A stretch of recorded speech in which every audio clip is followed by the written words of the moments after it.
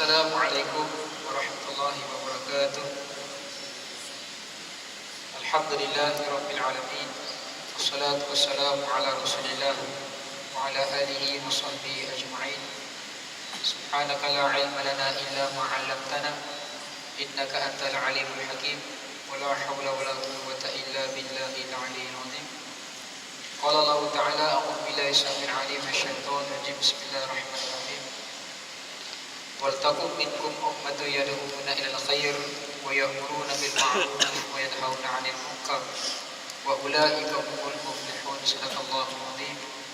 Al-Fadhil Tuan Imam, kursi kita dan juga semua yang hadir pada malam ini, alhamdulillah, syukur kita kepada Allah Subhanahu wa taala kerana kita dapat meneruskan pengabdian kita kepada Allah Subhanahu wa taala dan juga kita meneruskan agenda ilmu kita, mengisi segala ruang lingkup agar manusia tidak lalai untuk terus mengingati Allah Subhanahu wa taala.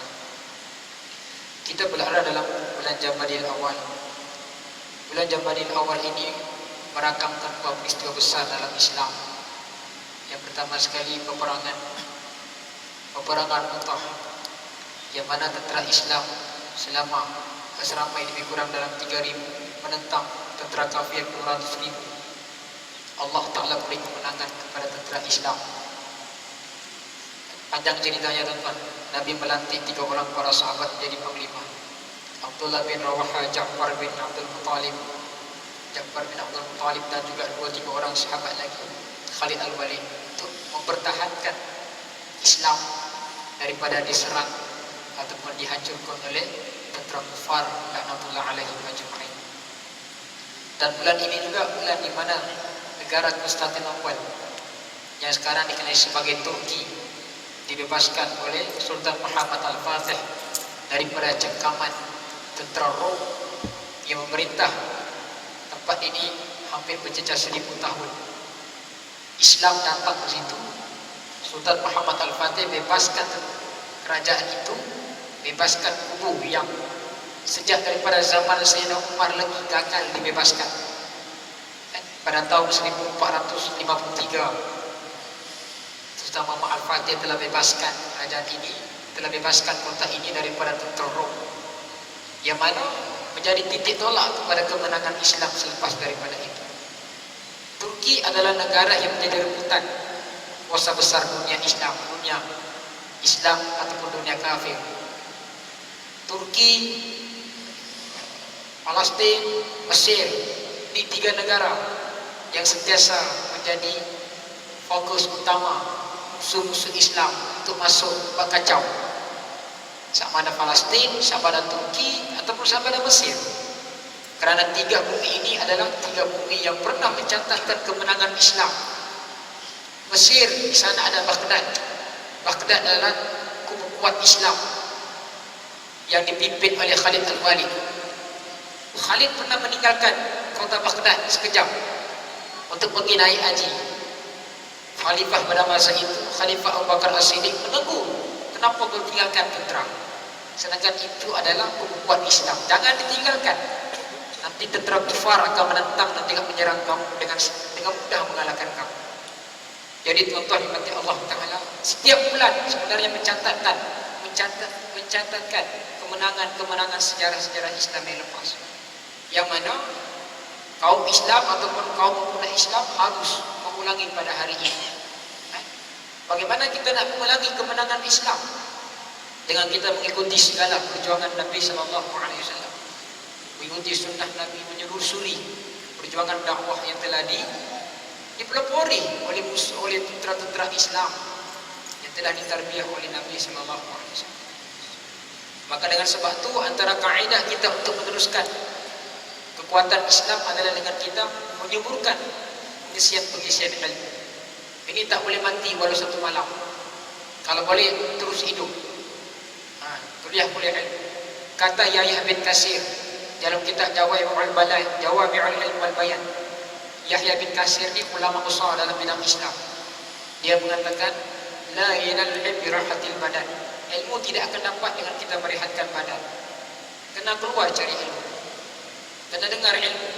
Siapa yang sampaikan? Isu yang kedua. Apa yang disampaikan? Isu yang pertama. Nabi kata dengar nasihat, orang yang sampaikan itu hamba dengan arahan ke arah kebaikan. Orang yang sampaikan itu orang yang tidak hebat daripada kau. Karena apa? Karena Nabi sebut ballighu anni walau ayah wal haddatsu an bani Israil wa man kadzdzaba alayhi muta'ammidan falyatabawwa maq'adahu minan. Kata Asy-Syafi'i rahimahullah taala, seorang ulama besar dalam Islam. Dia mengatakan idza rajulun safar min aqsa Syam ila aqsa Yaman yasma' kalimatan haq ma ra'aitu safar sana'. Apabila seorang pemuda berjalan daripada hujung Syam ke hujung Yaman, yasma' untuk mendengar kalimah-kalimah baik, kalimah-kalimah hikmah, ma ra'aitu safar sana', aku tidak melihat itu satu perkara yang sia-sia. Tuan-tuan, itu orang-orang dulu menciptakan ilmu. Zaman kita kuliah bertebar saudara. Kalau kita nak datang juga, saya ingat kita orang yang paling degil di alam semesta ini. Bukan di Tawau, di alam semesta. Degil takat 6 bintang ke atas. Biasa 5 bintang. Wa man a'rad an zikri fa inna lahu ma'isyatan dhanka. Orang yang tak dengar kuliah ni, orang yang menoleh daripada peringatan Allah Taala, maka bila dia mati nanti dia menghadapi kesusahan selepas daripada itu. Dengan sebab tu kita jangan lekangkan diri kita daripada menghadiri majlis-majlis ini. Man salaka yaltamis bihi ilma sahalallahu lahu tariqan bihi tariqan ilal jannah. Siapa yang menyusuri jalannya itu dengan ilmu, maka Allah Taala permudahkan jalannya ke syurga Allah Taala. Hadis ini ada yang sahih, Nabi sebut dalam fadilat ilmu. Kadang-kadang sikap kita ni malas untuk ilmu tapi rajin beramal. Sedangkan ilmu adalah kepala amal, mesti beramal ilmu dulu. Ataupun selari baru kita faham makna amal. Tafaqahu qabla an tasawwur. Berilmulah kamu sebelum kamu menunaikan satu perkara, kata Sayyidina Umar. Maka dengan sebab tu kita kena cari ilmu. Saya nampak perkembangan ilmu di Tawau ni makin subur. Hari Rabu lepas, hari Selasa lepas, saya dijemput kuliah maghrib bulanan di masjid Tanjung Batu. Ujung dekat Lopol sana. Dia kata, Ustaz, kita nak buat kuliah subuh pula. Alhamdulillah. Ini satu perkembangan yang baik. Yang tak berapa baik itu yang datang tu semua 60 tahun ke atas. Itu berita yang tak berapa baik.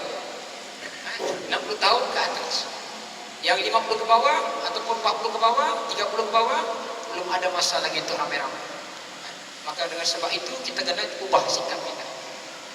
Ciri orang beriman, dia kena mencintai ilmu. Kena cintai ilmu. Kalau kita tak cinta ilmu, susah kita nak beramal. Kita berjahil dalam beramal ni bukan sunnah Nabi. Nabi ajar kita ilmu. Jadi tuan-tuan dimati Allah Ta'ala tu sikit buka lima. Lama tak datang sini. Bila datang sini panas sikit. Kita duduk menyelik lah insyaAllah. Walaupun sebenarnya yang sepatutnya datang guru kita Fadil Ustaz Nazri, dia ada pergi ke KL. Saya ingat kita bincang minggu-minggu yang lepas kuliah ganti tentang hadis yang kedua daripada matan Arba'in Al-Imam Nawawi. Saya review balik lah tuan-tuan. Hadis yang kedua ni membincangkan tentang Islam, iman, ihsan, amarati as-sa'ah. Panjang tu kan? Tentang Islam, tentang iman, tentang ihsan, dan juga tentang amarati as-sa'ah, tanda-tanda hari kiamat. Jadi kita dah bincangkan pada kuliah minggu lepas, minggu ganti. Dan di akhirnya itu dia ada satu perkataan atau pembahasan tentang amarati as-sa'ah. Ini saya review itu. Membalik-balik pula tak habis pula apa. Kita ambil yang ujung saja. Kalau siapa nak ikut kuliah ni boleh pergi kuliah saya. Kalau pada hari besok pun saya pergi ke Semenanjung. Jumaat, hari Ahad baru balik. Hari Isnin kuliah saya di Kampung Tanjung Batu. Kita membahaskan hadis yang ketiga sudah. Hadis tentang awalul Islam. Utama dalam Islam itu apa ni? Benda-benda ni tuan-tuan kena belajar. Tak belajar nanti susah kita nak beramal. Dengar hadis Nabi hari-hari hebat. Perbahasannya pula kan. Disebut di situ kata Jibril alaihissalam kepada Nabi, dia tanya pada Nabi, ya Rasulullah, akhbirni anis sa'ah, beritahu aku tentang hari kiamat. Sa'ah ni hari kiamat. Sa'ah ni nama lain daripada yaumul kiamat. Kiamat tu Allah sebut dalam Quran. La uqsimu biyaumil qiyamah wa la uqsimu bin nafsil lawwamah ayahsabul insanu an lan najma'a 'idhamah bala qadirina 'ala an nusawwiya bananah bal yuridul insanu liyafjura amamah. Surah Kiamat. Ada, aku bersumpah dengan kiamat. La uqsimu biyaumil qiyamah, kata Allah. Macam wal asr, aku bersumpah dengan masa. Jadi bila Allah sebut tu tuan-tuan, pasti jadilah. Jadi otak yang tak kata orang bilang kiamat tak jadi itu, ini otak tak berapa nak betul, tak waras. Dia tak buka Quran, dia tak buka hadis Nabi sallallahu alaihi wasallam. Kata ulama bila disebut tentang akhirni hadis sa'ah, Jibril minta tarikh hari kiamat tu bila. Hari apa hari kiamat itu? Bila berlaku kiamat secara jelas? Mal mas'ulun a'lamu minha manis sa'il.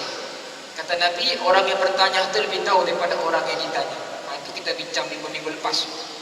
Betul? Nabi pun tak tahu bila berlaku kiamat. Cuma dalam hadis yang lain memang berlaku pada hari Jumaat. Maka Allah tarbiyah kita hari Jumaat ini ada perhimpunan umat Islam untuk melaksanakan solat fardu Jumaat. Ditarbiyah oleh Allah awal-awal lah kumpul, mati nanti sedia sudah hari kiamat tu hari Jumaat. Hari Jumaat itu hari memang hari perkumpulan manusia. Sebagai mukadimah bahwasanya hari kiamat juga akan berlaku pada hari Jumaat. Dan dikumpulkan manusia untuk menghadap Allah Subhanahu wa taala. Untuk ditahkimkan oleh Allah, diberi kehakiman oleh Allah taala. Siapa yang benar, siapa yang baik, siapa yang jahat, siapa yang baik, siapa yang zalim, siapa yang adil. Siapa yang tak ikut sunnah, siapa yang lawan sunnah. Siapa yang ikut Islam, siapa yang lawan Islam. Dikumpul semua. Yang tu tak ada yang lepas. Mahkamah dunia boleh lepas. Kita lantik perempuan paling hebat di dunia ni 10,000 nak bagi lepas, kita boleh lepas. Sebab menimbulkan isya'wah sangkah dalam mahkamah boleh lepas. Prima facie namanya, istilah mahkamah. Kita tahu sikit-sikit lah sebab adik kita perempuan. Kalau tak tahu main hengkam saja itu. Nabi kata orang yang bertanya itu lebih tahu daripada orang yang ditanya. Maknanya Nabi pun tak tahu bila berlaku kiamat. Sebab ada kata ulama, ada benda yang Nabi tahu tapi sekadarnya saja. Yang lain itu umatnya Allah Ta'ala tahu. Yang kita ni banyak benda tak tahu. Nabi ada dia tahu, manusia biasa tak tahu, tapi Allah lebih tahu. Wallahu sami'un alim. Allah itu lebih mengetahui. Maka Nabi kata orang yang bertanya lebih tahu daripada orang yang ditanya. Nanti kita nak sebut ulang kaji minggu lepas. Banyak orang-orang baru ni tak tahu mana nak salin nanti ulang-ulang kaji esok. Tak boleh tuan-tuan. Jadi nak kata di situ Nabi pun tak tahu bila berlaku kiamat, hari Jumaat ke berapa, bulan berapa dan sebagainya. Ini perbahasan ulama, bukan saya sebut ni. Kata Syekh Mustafa Mogok, hadis itu itulah disebut oleh ulama. Dia sebut itu. Kemudian Jibril kata, fa akhbirni al-amratiha. Kalau macam tu bagi tahu aku apa tanda-tandanya. Tanda-tanda berlaku kiamat itu apa dia? Nabi kata antudil ammata rabbataha. Ummata rabbataha. Pertama sekali Nabi kata apabila manusia melahirkan tuannya. Apa perbahasan ulama? Itu kita akan bincang ke dia. Yang keduanya yatatawaluna fil bunyan. Manusia mengejar dunia. Ini disebut oleh hadis yang kedua yang kita nak berbincang sikit sebanyak. Pertama, antadidal ummata rabbataha, apabila ibu ataupun perempuan melahirkan tuannya. Ulama mengatakan bahawa maksud dua kaedah berbahasa. Pertama sekali bila sebut ummata rabbataha, sistem hamba yang mana tuannya kahwin dengan berzinah dengan perempuan dan melahirkan tuan. Anak tu bukan anaknya tapi tuan kepada anak perempuan yang dijadikan hamba. Ini sistem hamba. Ini banyak berlaku zaman-zaman dulu, bahkan zaman jahiliyah pun berlaku benda ni. Islam datang sikit-sikit Islam hapuskan sebab tidak kena dengan kaedah semasa. Yang keduanya antadilal ummata rabbataha, itu apa dia? Yang berlaku sekarang. Hukukul walidain, kata Nabi. Apabila manusia derhaka kepada mak bapak. Sebab sifat Tuhan kepada mamaknya, kepada orang yang dibawanya biasanya apa dia? Beri arahan. Tuhan dia bagi arahan. Maknanya kata ulama, itu sifat-sifat derhaka kepada mamahnya. Kalau sistem hamba mungkin tak berlaku dah sekarang ni. Tapi yang kedua kata ulama, berlaku su'uz zaman, berlaku kerosakan zaman, yang mana manusia lawan cakap mamahnya, berlagak tuan padahal anak, berlagak hebat. Ini disebut dalam kaedah perbahasan kita yang kedua, yang lebih wakil pada suasana sekarang, akhir zaman, yang mana manusia lawan, manusia pelekeh cakap mak bapak. Unabbiukum minal akbari kabair, kata Nabi, maukah kamu aku tunjukkan kamu satu di antara dosa-dosa besar. Fadzakara minha uququl walidain, kata Nabi, yaitulah mereka yang derhaka kepada mak bapaknya. Selari dengan hadis Nabi tadi, antadidal ummata rabbataha, apabila manusia melahirkan tuan, yaitu anak dilahirkan bukan jadi anak yang saleh, tetapi anak yang lawan cakap mak bapaknya. Uququl walidain, derhaka kepada mak bapaknya. Adakah benda itu berlaku zaman kita? Tuan-tuan, saya tanya ni, ada tidak? Jangan tengok orang, anak kita kadang-kadang derhaka. Anak orang sibuk, anak kita derhaka juga. Aku tengok anak orang sebelah tu teruknya macam syaitan. Orang depannya aku tengok anak lebih kurang juga. Cinta Islam namanya. Lawan cakap mak bapak. Kalau kita buka kitab Al-Kabair, berapa banyak hadis Nabi. Ada seorang sahabat Nabi yang agak pemuda, namanya Jahimah, bertemu dengan Nabi SAW. Dia nak berperang. Hadis ini diriwayatkan dalam Sunan.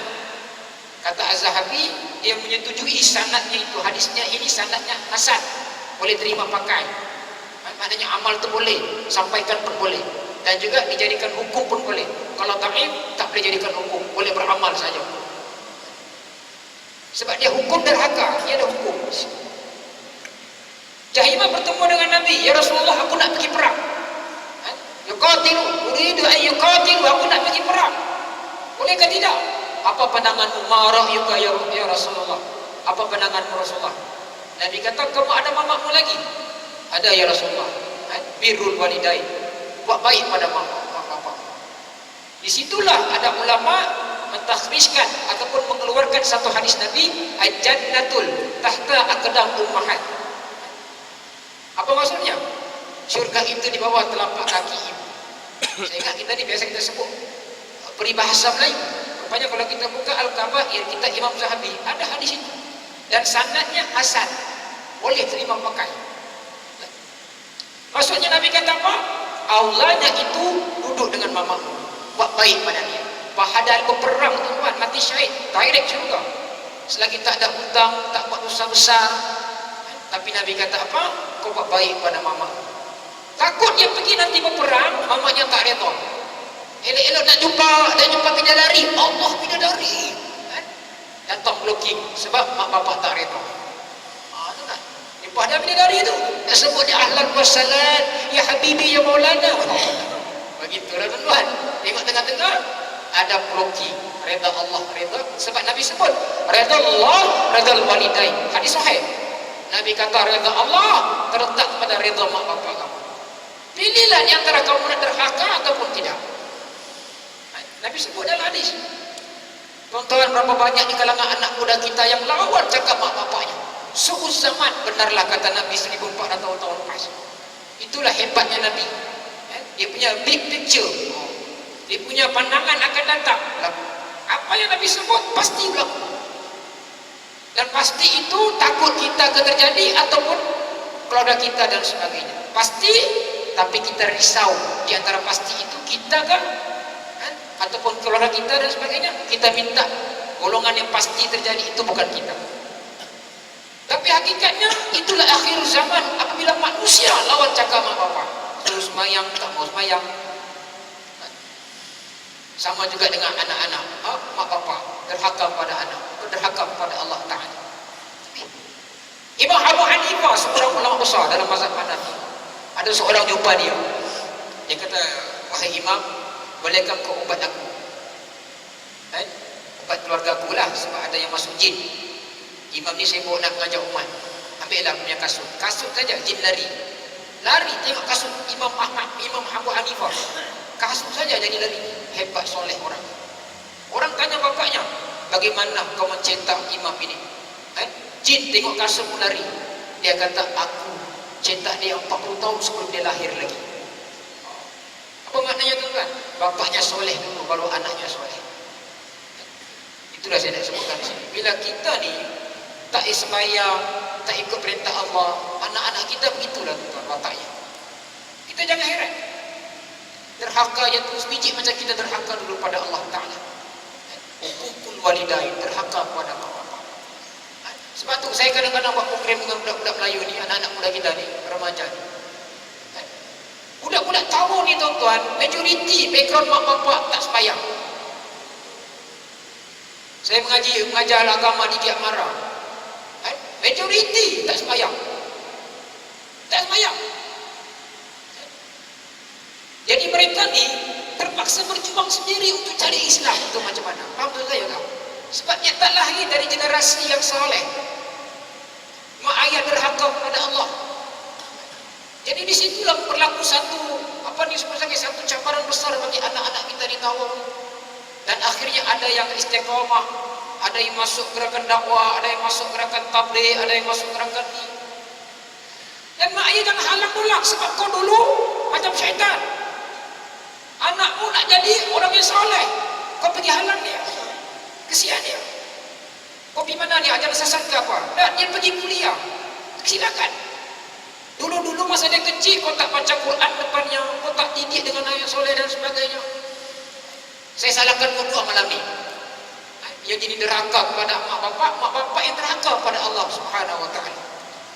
Wa anfusakum wa ahlikum nara wa quduhan nas wal hijarah. Allah menyebut dalam Quran surah At-Tahrim, ajar anakmu, kau dulu, kata Allah.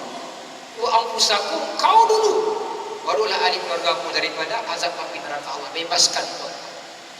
Ni perbahasan yang pertama. Tak ada jam, saya nombor 2 tak ada jam. Saya pun tak ada. Lama lagi ya.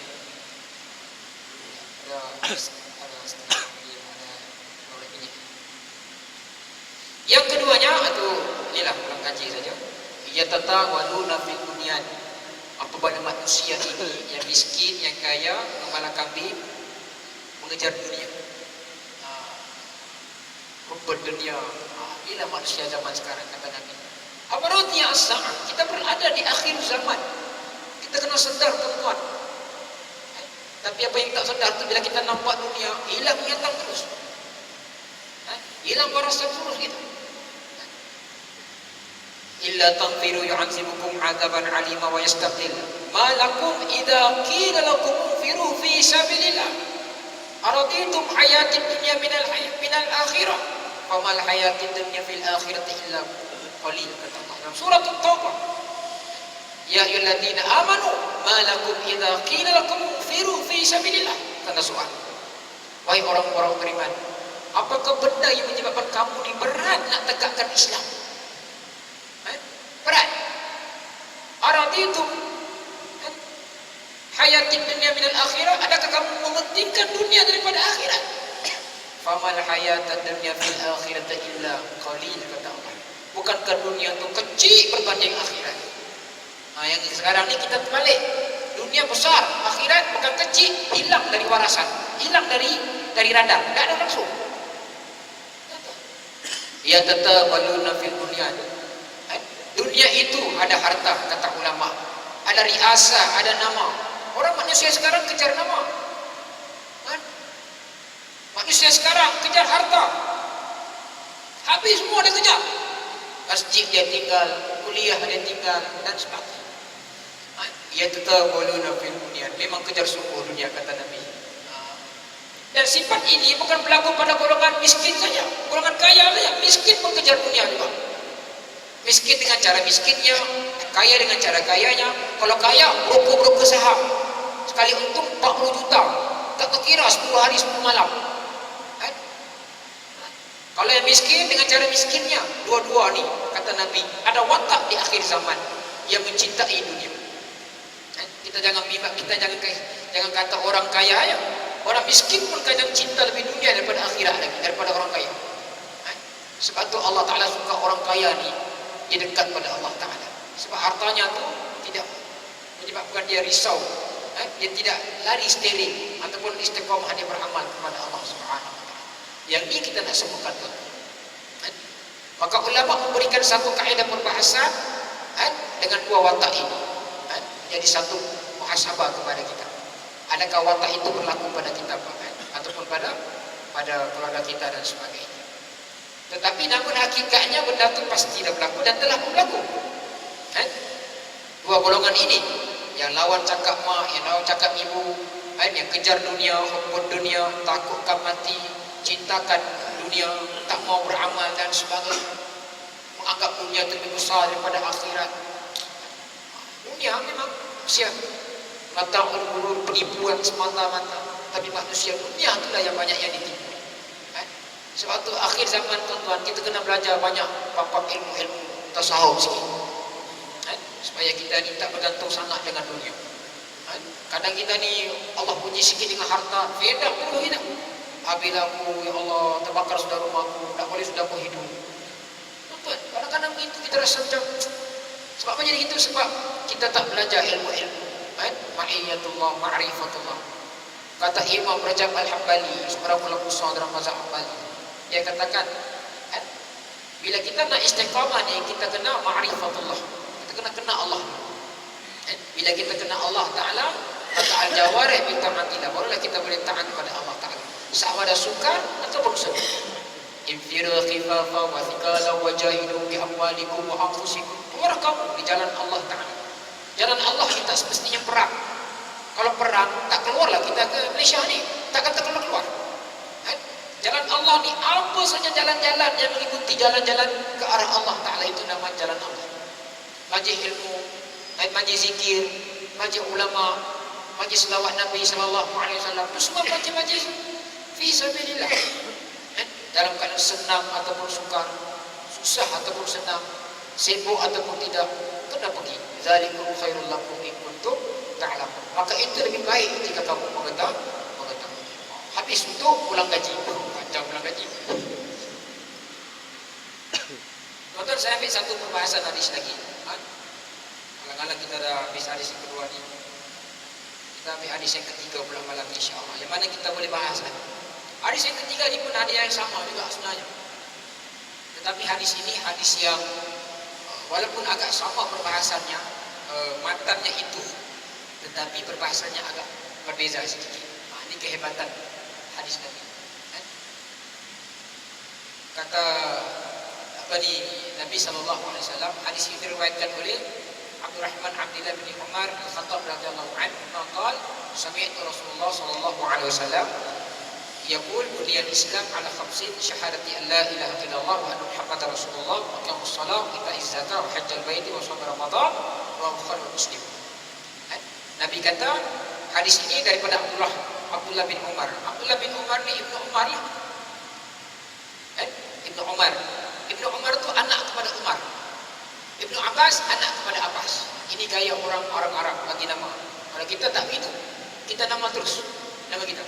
Bin Umar bin Al-Khattab radhiyallahu anhu katanya, aku mendengar Rasulullah sallallahu alaihi wasallam, buniyal Islam. Dia seolah-olah hadis yang kedua ni dia macam ulang kaji hadis yang ketiga, ni ulang kaji hadis yang kedua tadi.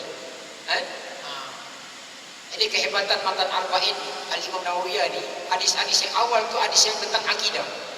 Dia buka bab akidah dulu, baru bab beramal, jihad, cari ilmu, bab akidah. Hebat metod Imam Nawawi ni.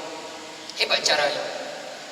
Dibina Islam itu dengan 5 perkara. Bunyal Islam ala khamsin, dengan 5 perkara. Syahadat la ilaha illallah, syahadah menyaksikan tidak ada Tuhan yang disembah melainkan Allah, wa anna Muhammadar Rasulullah, dan Muhammad itu adalah Rasul Allah. Muhammad itu adalah Rasulullah. Wa qamus salat, itaiz zakah, dan kamu menunaikan sembahyang. Wa itaiz zakah, kamu melaksanakan zakat, menyempurnakan zakat. Wa hajjal bait, pergi haji. Wa shaumi Ramadan, dan juga puasa di bulan Ramadan. Kalau kita perhatikan hadis ini, dia agak kontradik dari sudut maratibnya. Maratib apa dia? Susunan. Akhbirni anil Islam.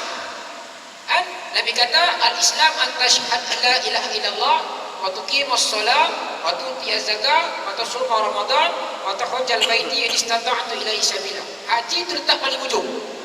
Nampak?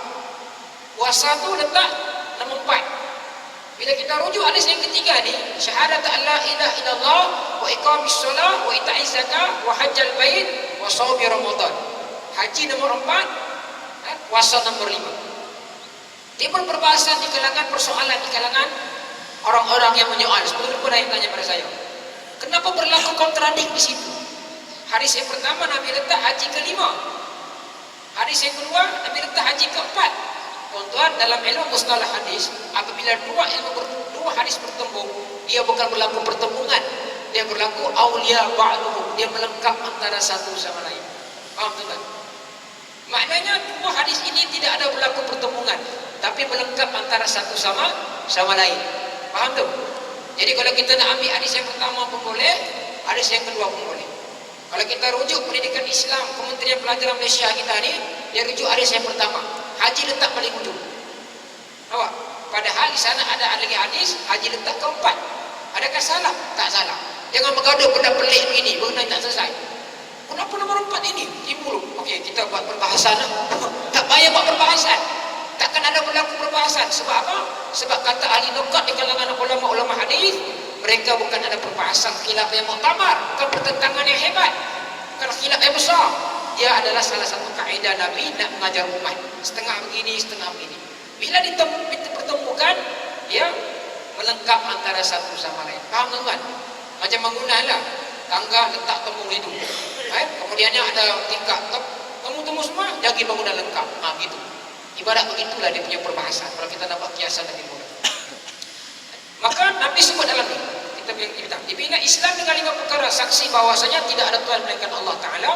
Saya ulang sekali lagi, Muhammad itu adalah pesuruh Allah. Kemudiannya sembahyang, keluarkan zakat, haji, dan juga kita berpuasa di bulan Ramadan.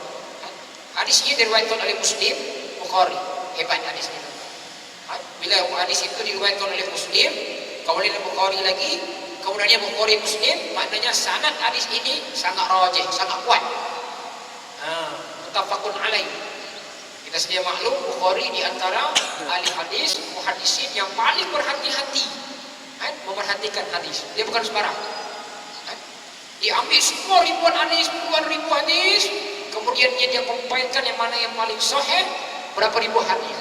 Kalau muttafaqun alaih Bukhari Muslim hanya dikurang dalam 8.000 9.000 hadis.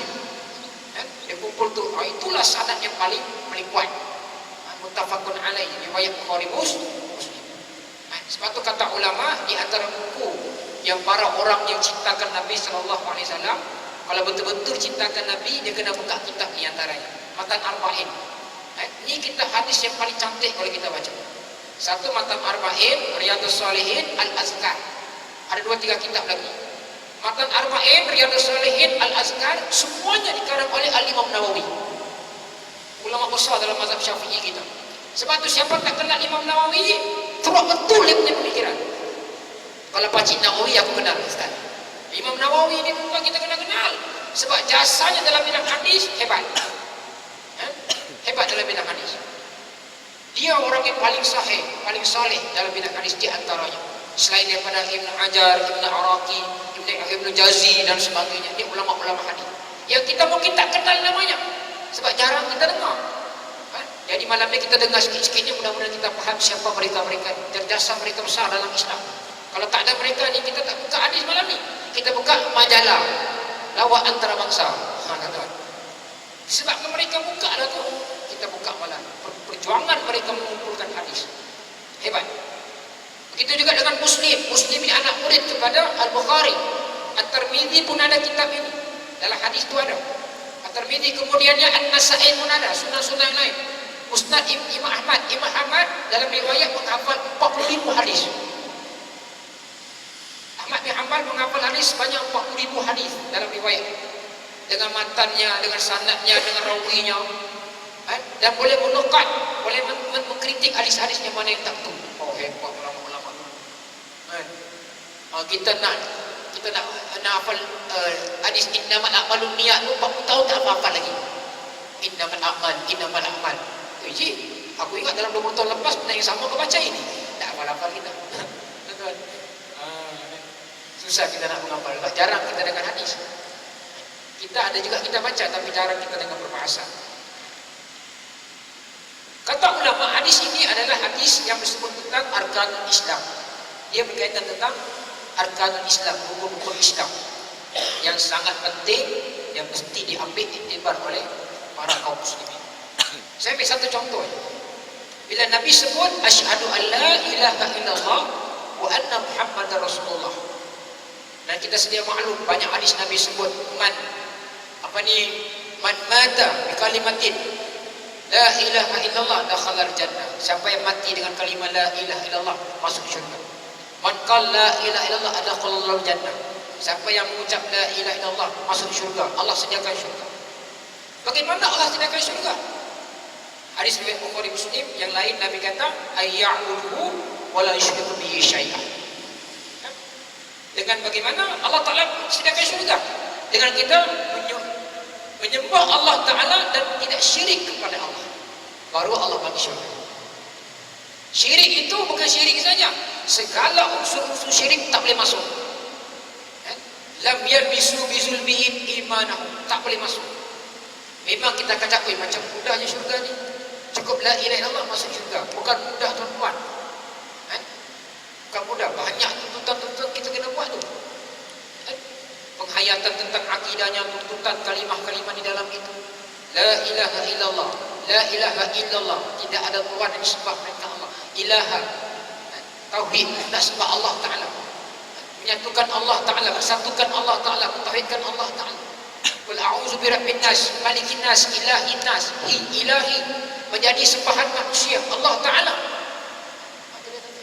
Jadi kalau kita tak sembahyang, bagaimana kita nak masuk syurga? Man taraka as-salat muta'ammidan fa innahu bariyat faqad bariyat min huzimatullah, kata Nabi. Siapa yang tinggalkan sembahyang, Allah melepas tangan daripadanya. Sebab tu rukun Islam ni 5 perkara ni tak selesai, jangan bincang benda lain. Sebab tu kalau kita buka hadis Nabi ni, Imam Nawawi ulang 2 kali hadis benda yang sama lebih kurang. Rukun Islam, rukun Islam. Kenapa? Karena dari situ kalau kita buat, baru ada tiket masuk syurga. Kalau kita tak buat benda-benda ni, kita tak ada tiket jalan laluan kita nak syurga Allah Subhanahu wa taala. La ilaha illallah, bukan la ilaha illallah ayya'budu. Taklah kamu menyembah Allah Subhanahu wa taala dan jangan syirik kepada Allah Taala. Syirik tidak akan masuk syurga. Dulu kini selamanya, forever and ever and never never. Belum berlaku hadis tu. Bahasa-bahasa. Berapa ramai di kalangan kita yang masih lagi campur kita punya akidah dengan benda pelik-pelik. Paham-paham sendirilah di Tawau ni. Tuan-tuan, sudah. Cukuplah Islam yang Allah sebut al-yauma akmaltu lakum dinakum. Sempurna dah Islam. Apa kita pergi bang tebiak ambil benda yang pelik-pelik daripada keturunanku ustaz? No, Islam bukan agama nasab. Islam agama wahyu dari Allah. Kita buka kitab Mazayani Intima lil Islam. Kata Dr. Syekh Fatayakan kata Islam bukan agama keturunan. Islam agama wahyu. Jadi wahyu ini tidak ada yang salah. Keturunan boleh salah, boleh tak salah. Yang salah kita jangan ambil, yang tak salah kita ambil. Ataupun yang salah kita betulkan dengan Islam. Oh betul. Ini tak, mamak kita buat syirik, kita buat juga unsur syirik. Ini 2016 bukan zaman dulu. 2016 ni banyak dah kuliah-kuliah. Pergi dengar kuliah, bersihkan pemikiran kita. Bi'anna fikratuna islamiyah samimatun, kata Imam Hasan al-Banna. Benar-benar Islam yang sungguh-sungguh. Tajarrud, nak campur, tak boleh campur benda yang pelik-pelik. Jangan campur. Sama juga dengan ibadah kita. Kita rasa ini, kita nak buat, kita buat. Oi, Islam bukan main rasa-rasa. Kau ingat ini air bandung bukan main rasa-rasa. Islam agama wahyu. Nabi SAW ajar kita sunnah sembahyang. Kita sembahyang ikut cara kita. Tak terus terang, tak sampai hati ni, tapi kena juga. Tak tahu ni macam-macam aku tengok tuan-tuan. Masa kita nak berubah. Sebab tu saya katakan pada golongan lama-lama, ada masa dengar kuliah. Yang sampaikan tu biarlah 20 tahun lebih muda daripada kita. Kita jangan degil. Jangan kepala batu. Kan? Ibnu Abbas jauh lebih muda daripada Sayyidina Umar. Bab Quran Ibnu Abbas merujuk pada Sayyidina Umar. Sayyidina Umar merujuk pada Ibnu Abbas. Ibnu Abbas, Sayyidina Umar jauh lebih muda, jauh lebih tua daripada Aisyah dan sahabat Nabi. Tapi Nabi kata, bila Nabi wafat, banyak sahabat-sahabat rujuk kepada Aisyah. Tanya benda yang sulit-sulit, yang Aisyah saja yang tahu. Buat. Kita katakan gitu. Supaya apa? Supaya rukun-rukun Islam yang kita buat ni suami mantul. Tidak ada dalalanya, tidak ada benda yang boleh merosakkan keaslian Islam. Yang tak sembahyang satu hal, yang campur satu hal. Ini masa kita nak ubah. Tuan-tuan guru kita, ustaz-ustaz kita, siang malam tinggalkan bini anak isteri. Bini satu okey lagi, yang bini dua. Aku tak ada lah. Ustaz-ustaz kita tinggalkan anak bini, tinggalkan ni mengaji kuliah sana, kuliah sini. Kita duk relax pergi tepi pantai sana. Jahannam dulu. Bila pas sembahyang, tak tahu ustaz. Dan tu kuliah kau tak pergi. Ustaz. Ustaz-ustaz tinggalkan anak bini balik dan memang kerja orang. Kerja kita apa? Pergi. Dengar. Istami' kalimatul haq. Oh betul. Tidak ustaz ni ceramah lagi. Dan itu memang dia tugasnya ustaz ceramah, takkan main bola.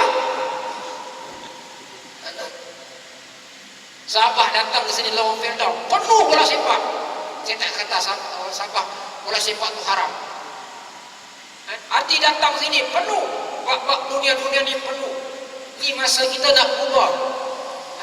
Supaya apa? Supaya rukun-rukun Islam ini kita laksanakan dengan kefahaman yang betul-betul. Kata ulama, mengerjakan Islam tanpa fiqh akan merosakkan nama Islam. Rosak nama Islam. Ini banyak kita tengok ni. Yang tak sembahyang satu hal, yang sembahyang pelik-pelik satu hal. Kerja banyak, memang kerja banyak. Maka di sinilah kita kena bersatu. Jangan halang-halang lah tuan dakwah ni. Jangan halang-halang. Yuridullah yuridunallah yutfi'u nurallah bi afwahihim wallahu mutimmu nuri walau karihal kafirun.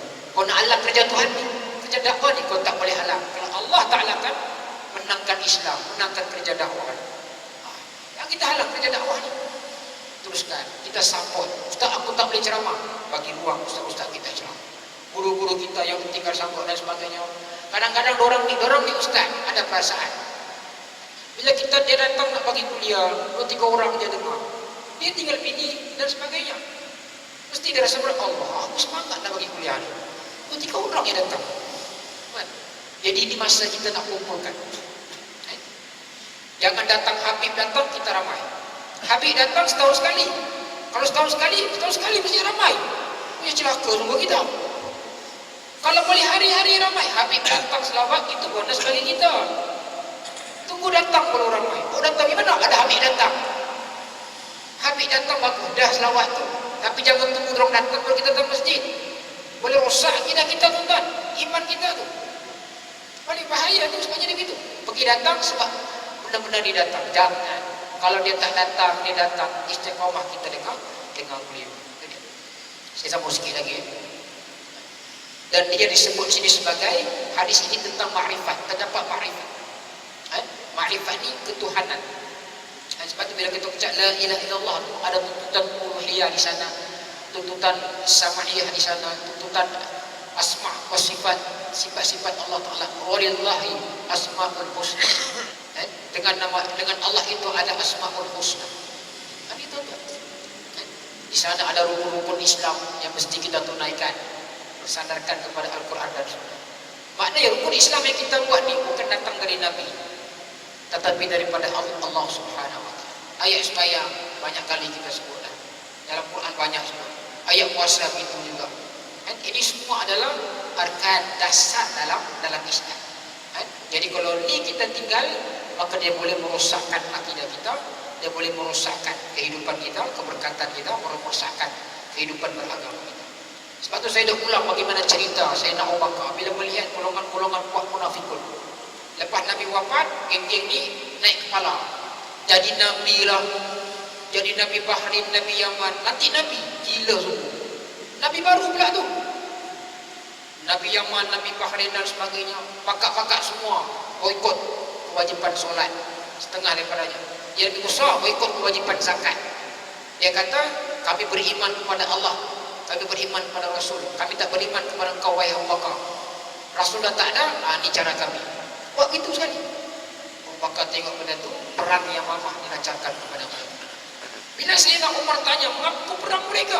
Mereka ada kalimah la ilaha illallah. Bukankah Nabi sebut, aku diantar pada manusia untuk memerangi manusia, sehingga mereka mengucap la ilaha illallah. Dalam kitab Ibn Katsir sebut hadis ini. Ada hadis ini hadis yang sahih. Sayyidina Abu Bakar kata, aku tidak akan membiarkan mereka yang melangsai, mereka yang menguraikan ikatan-ikatan Islam. Apa dia? Zakat, puasa. Bila dia sebut mengaku Nabi, rosak tak akidah tuan-tuan? Rosak akidah.